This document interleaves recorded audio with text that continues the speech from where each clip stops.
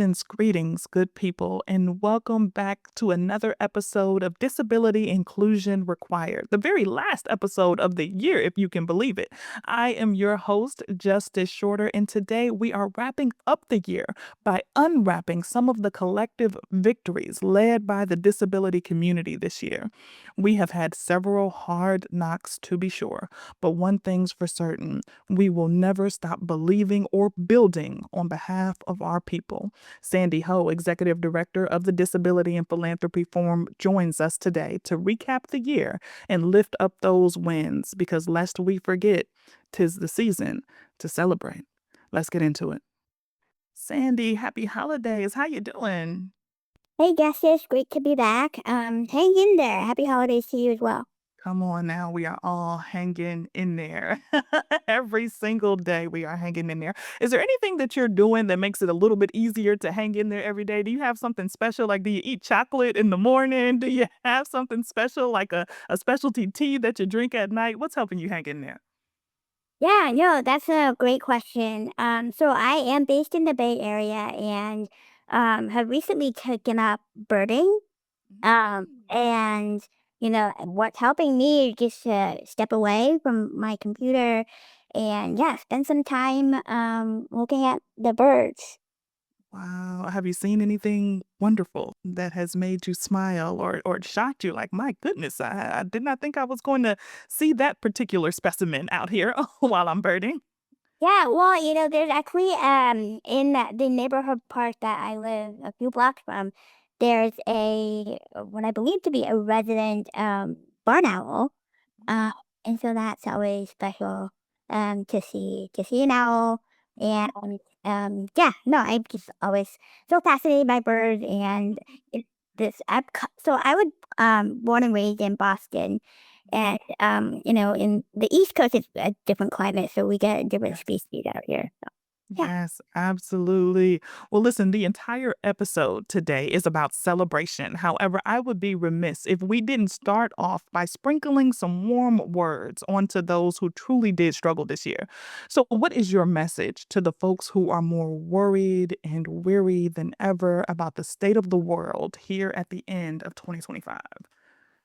Anybody who has been in conversation with me knows that I am not one to, shy away from just telling it like it is. And I think in this moment in particular, it's really important that we are validating and reaffirming each other's worthiness. And, the struggle is real, right? I don't want to be disingenuous about that because so many of our good friends, family, or communities have been attacked, and this has been challenging, to say the least.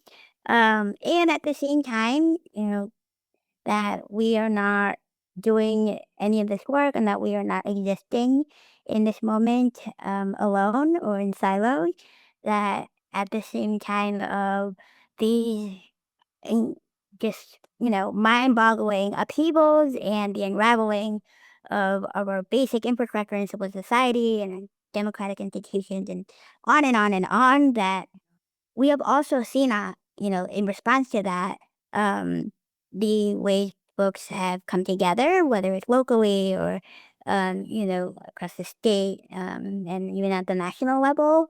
And so, my message to folks who are worried and worried is that, yeah, it is real, and we should be worried, right? That we should be concerned, and also I hope that folks are able to do their worrying and their worrying together and with like-minded friends and allies, and truly those who they are also being supported by. Find you some community. Yeah, we're going to talk a little bit about finding community and found family in just a few. But before we do that, I want to go on over to a few gifts that keep on giving. Can you shout out for us at least four phenomenal philanthropic programs or projects that you are really proud to see in the world this year? Yeah, so one of the positive outcomes and more refreshing responses from philanthropy in the sector is that, as a result and now come from the federal funding cuts and the attack on communities, and especially around the right, intentional and by design sowing of distrust by our government. I had been and I was heartened to see that several foundations immediately moved to increase their grant making and their payouts beyond the minimum 5% that is required by the IRS.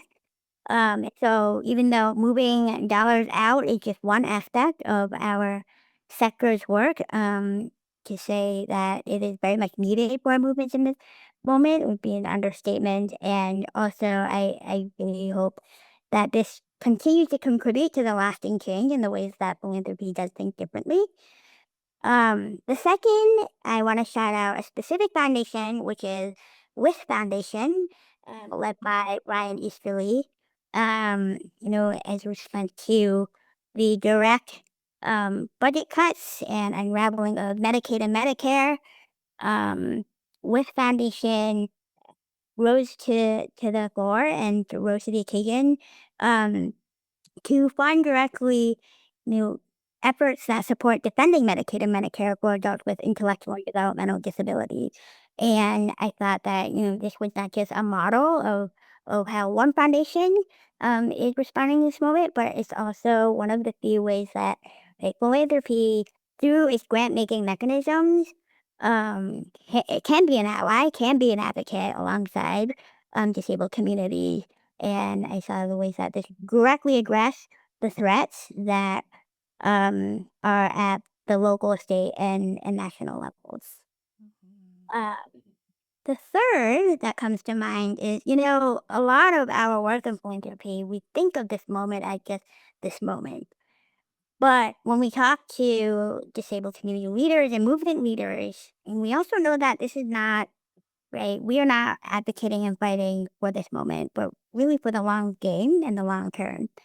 Um, and so when I recently learned about the SCAN Foundation announcement of a new aging and disability health policy lab, they made an $8 million 3-year commitment, really to ensure that the future is not just led by disabled people, but that conversations and decisions around aging in this country are also informed by lived experiences of disabled people. And so this health policy lab will be rooted in those experiences, in addition to the research and analysis that drives the kind of policy change that really will ensure um, that there is not just a disability justice future, but that there is a more equitable way in which everybody in this country can age on their own terms. And then last but not least, I am gonna do a little bit of self organization Come on, congratulations. come on, come on. This the time. But of course, the Disability Philanthropy Forum's first ever Learning Institute happened just a few weeks ago, and you were the the incredible MC of That the was indeed. That was indeed. Climate and Disability Justice Yeah. Learning Institute. And, this was the first time our organization did convene funders who are either, at their early learning stages or maybe they're already funding and doing this work on disability justice or climate. But there's so rarely do we see more intentional conversations that bring priorities and specifically elevating movement leaders and disabled folks who are already doing this work. Um, to be really at the center of the conversation. Indeed. You mentioned Ryan Easterly. He's also a friend of the pod. He's not only a friend of DPF, but he's a friend of the pod in general. He and I were on an episode of Disability Inclusion Required several years ago. I want to say maybe 2020 or 2021. So, folks, if you want to go back through and check out the archives, there's a wonderful conversation with Ryan and I believe it is around disability justice and ways to think about environmental justice as well. So, I hope that you'll go back and check that out. Sandy, you mentioned the importance of having these very intentional conversations, and that was really the goal around you all putting together that disability justice and environmental justice learning institute a few weeks ago. But tell me, uh, why is it so important to move not just from conversations, but also to move towards commitments as well? How do we turn those conversations, those intentional conversations, into commitments from organizations to get out there and get the work done or support the groups who are on the ground getting the work done? Yeah, that's a great question. And, when we think about commitment to disability justice values and the framework and right, the original intention of those 10 movement principles, which are all oriented to right, dismantling ableism. One of the 10 principles is an anti capitalist politic. And as somebody who is leading an organization in the philanthropic sector, I'll go right ahead and own and say that whenever I brought that up in conversation, sometimes there's a little bit of nervousness and people get on edge because Mm, philanthropy is about moving the dollars and with this capitalist system that we all exist in, that is very much a part of our power and privilege and influence to change outcomes for so many communities. But when we think about commitments, though, right, it is not that we are here to require and expect that everybody in the sector is going to get this immediately right every single time, right out the gate. But a commitment means that we are honoring the intention of constantly practicing and doing better and that we are improving our practices. And that just because in this moment we may not fully arrive at all 10 principles collectively is not an excuse to justify not doing the work at all. A- mhm. And I think that is the point that I really want to impress upon uh, my fellow colleagues in the sector is um, just as one example, the Disability Philanthropy Forum, we every other year put out the Disability Inclusion Pledge survey. And this past year was a survey year, and so in 2026, those who completed their survey will be provided their results on how they are doing in terms of holding, their own work and foundations accountable to disability rights and inclusion and disability justice. Um, but that commitment is so important, and it remains one of the reasons for why, you know, if you sign on to the pledge, you're not making a financial commitment. Anybody can sign on to the pledge, uh, Mm. but it really is about is your foundation and is your organization does it have the internal will to change and really talk seriously about, the systemic challenges that are not just getting in the way of disability funding, but for all of our work together? Mhm. Well said. I want to shift us, if I can, over to a little bit of story time, Sandy, if that's all right with you, because this season often has us thinking a lot about family. So can you share a story that exemplifies the magic of found family and disability solidarity? Absolutely. And I so appreciate this question, Justice, because as you and many in our world in our country know, recently Alice Wong passed away. And it's hard to talk about it without getting choked up. But I came across Alice. I think it was 15 years or so ago, um, and I've been reflecting not just on our friendship, but also on her influence on me and the work and how I show up in the world and my advocacy in the disability movement and being a disabled community member. Um, but I also wanted to share kind of who I was as a younger child before I met Alice. So as a much younger person, like many others of us, I was the only disabled person in my family. I have two brothers, and I've been the only disabled student in my school, in my class.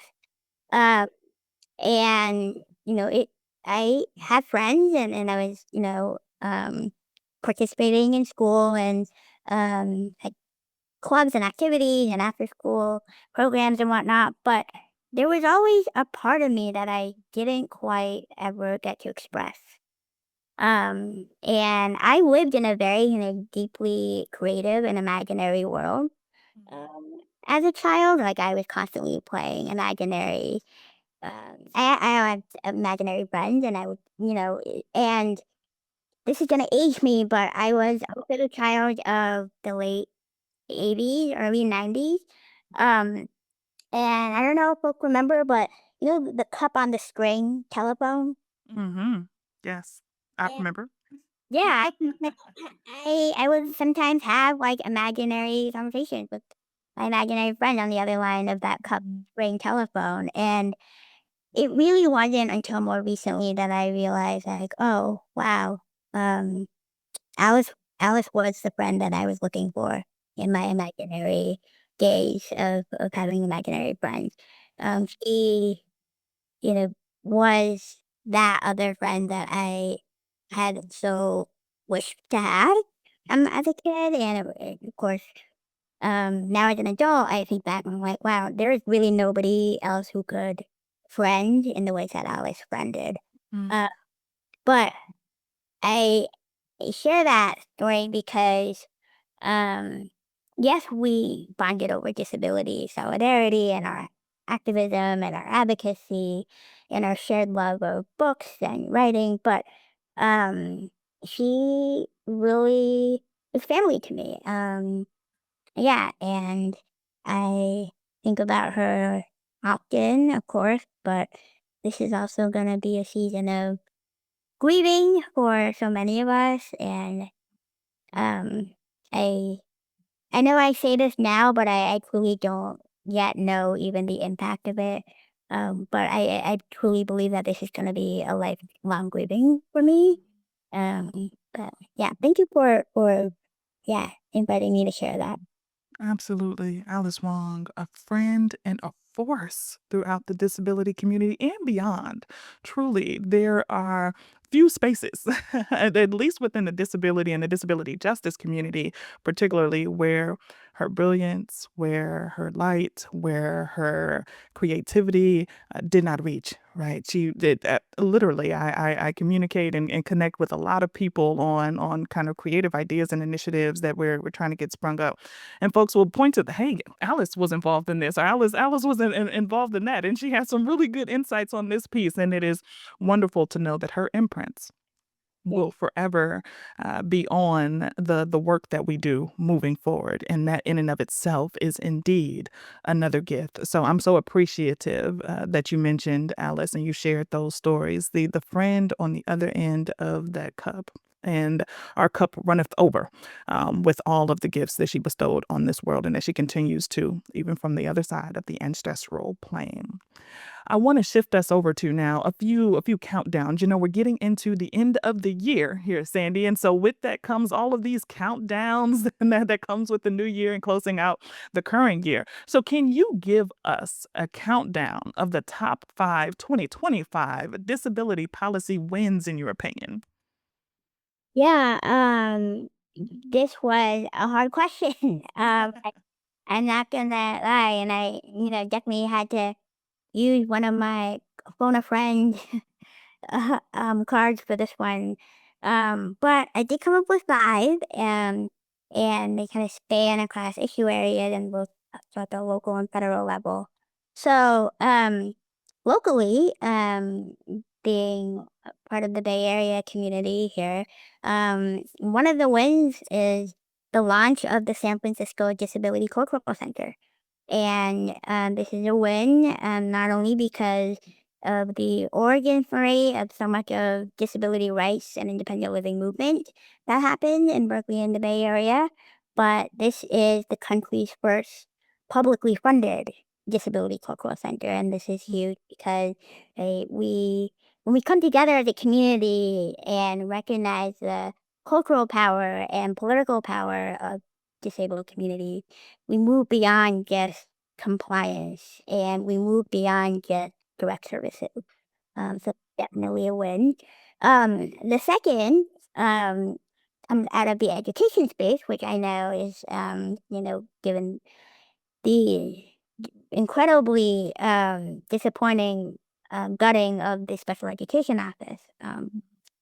Recently, it was this past summer, the Supreme Court decision in AJT versus OCO area schools um, really uniformly, unanimously rather, reaffirmed that discrimination claims that were brought forward under the Americans with Disabilities Act and Section 504 by students with disabilities don't need to then make any additional claims or justification. So, in other words, to me, what this means is that there is not a separate context, okay, in which disability civil rights stand and when they are or they are not applicable. That disability civil rights are civil rights, and when there are cases of discrimination, that's exactly what it is, and that's what school districts across the country need to be held accountable to.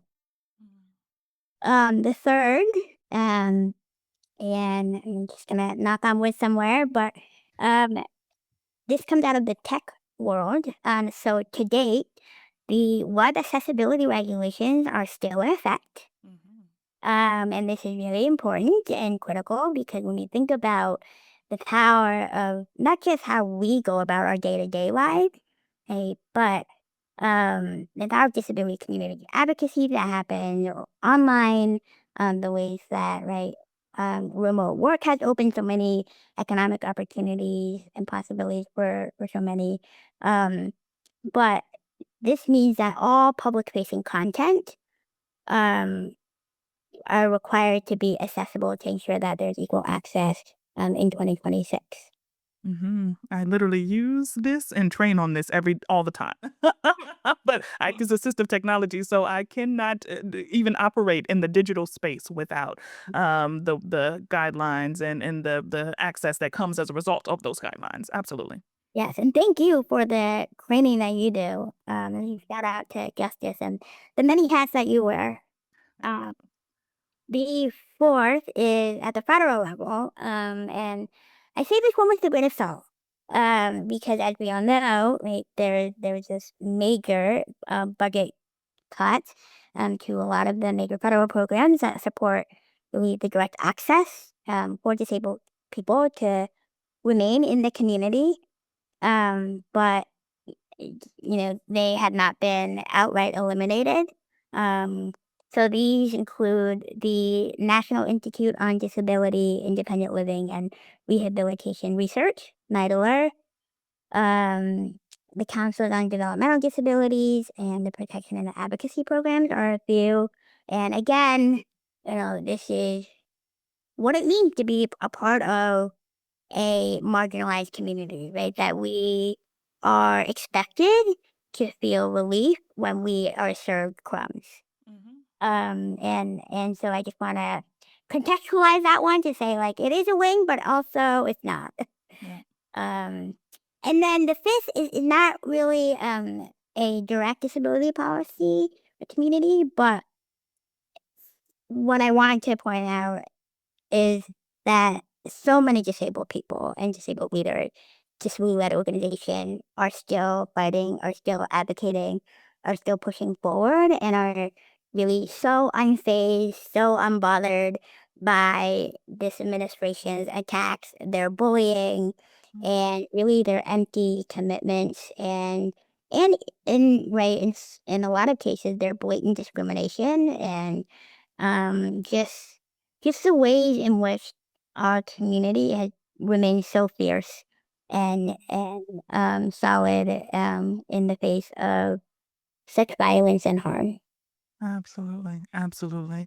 This is also a season of many beloved traditions. So I want us now to turn towards transformative traditions. Are there any new practices of disability justice or transformative justice that you would really love to carry into 2026? And if so, tell us what makes these particular practices so amazing that you would want them to become collective or annual traditions for us now?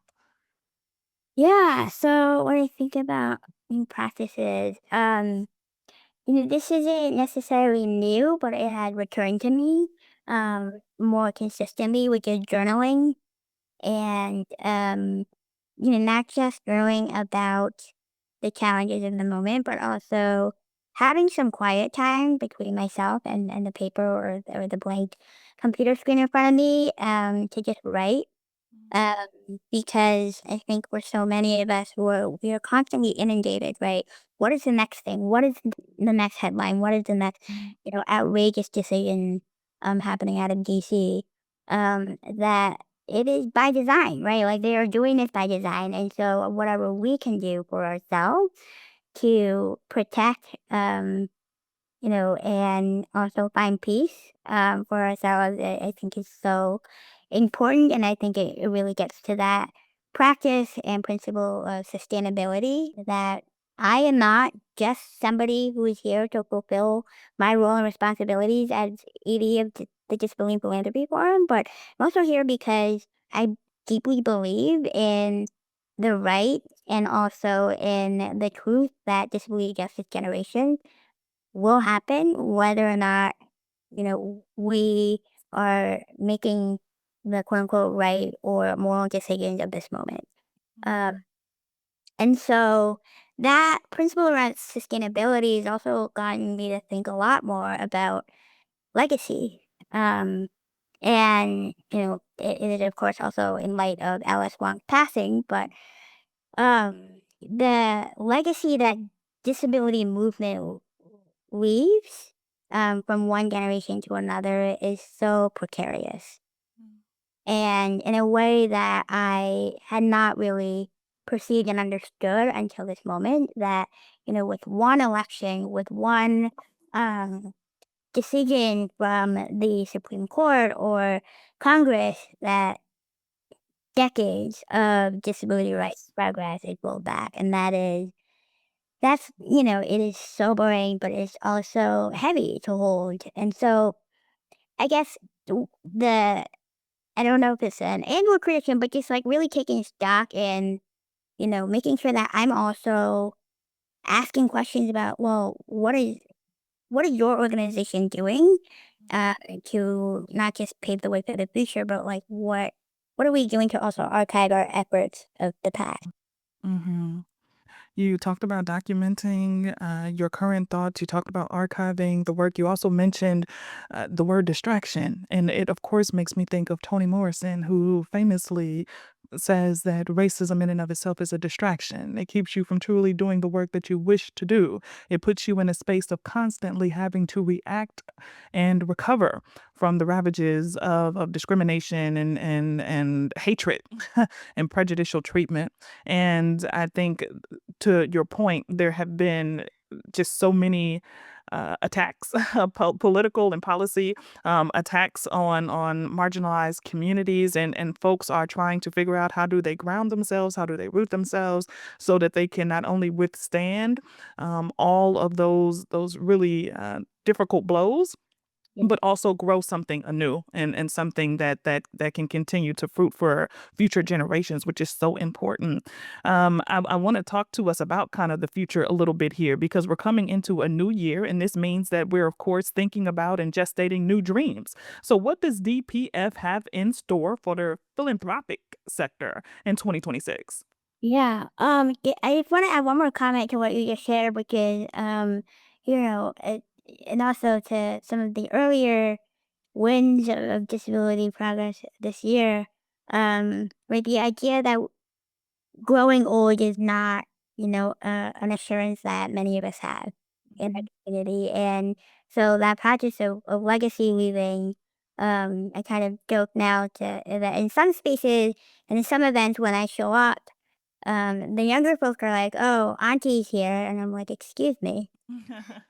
Uh, I guess that just means that I lived and learned a few things. But Yeah.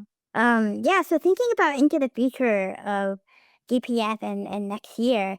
So as I mentioned earlier, the Disability Inclusion Pledge, the survey that so this past year of 2025 was a survey year. So next year, early in quarter 1, we will be reporting out on the philanthropic sector's trends around disability justice, rights, and inclusion. And there are I'm happy and relieved even to share that there are some key progress areas that the sector has made. But of course, there are also a lot of growing edges for the field. So, really focusing next year on a lot of accountability and the importance of disability data and preserving that, because as we've seen by the federal government, the attacks to publicly available and publicly funded disability data is not something that we can count on in this moment. Mhm. Um, the other report that I'm excited to share with our sector is this past year, in partnership with the Lurie Institute over at Brandeis University. Um, we have been connecting a um, focus group and project on the experiences of economic mobility among Black disabled families across the country. So Mm. this is, not about the typical research, perhaps, where, we're comparing Black disabled families with non-Black disabled families. But no, this is really a focus on what have Black disabled families reported and are sharing and talking about that has helped their families across generations Mhm. ensure that they experience economic mobility, whether it's upward or downward. Mhm. Uh, and I'm really excited to share some of those findings and those stories. Oh, I'm looking forward to that. You will have to keep us updated and even come back or have folks who were involved in this study come back and we'll plan a whole episode around that if that's Love possible. that. Yeah. Yeah, that sounds amazing. I want to close us out here, Sandy, with a little bit of hope for the holidays. What makes you the most hopeful for 2026? I think that what I'm finding hope in is that, um, of a community that has, as I said, always expected to feel gratitude for crumbs and the bare minimum compliance, that we still have each other, and um, that disabled people are still finding ways to come together to experience joy and respite, and that we are checking in on each other um, in ways that, I wish that we didn't have to, right? Right. That is the whole burden of systemic oppression, right? That we shouldn't have to, fight for crumbs. But this is the hope that I'm hanging on to, is that we are, as a movement, continuing to be loud, to show up in conversations where and decision making where we are not expected or necessarily even wanted in this moment, but we are asserting ourselves and making sure that we are also staying safe and that we are taking care of one another. Be loud, show up, be assertive, take care of one another. Sandy, thank you so much for joining us. We will all continue onward and upward. Cheers to a new year. Thanks, Justice. Hmm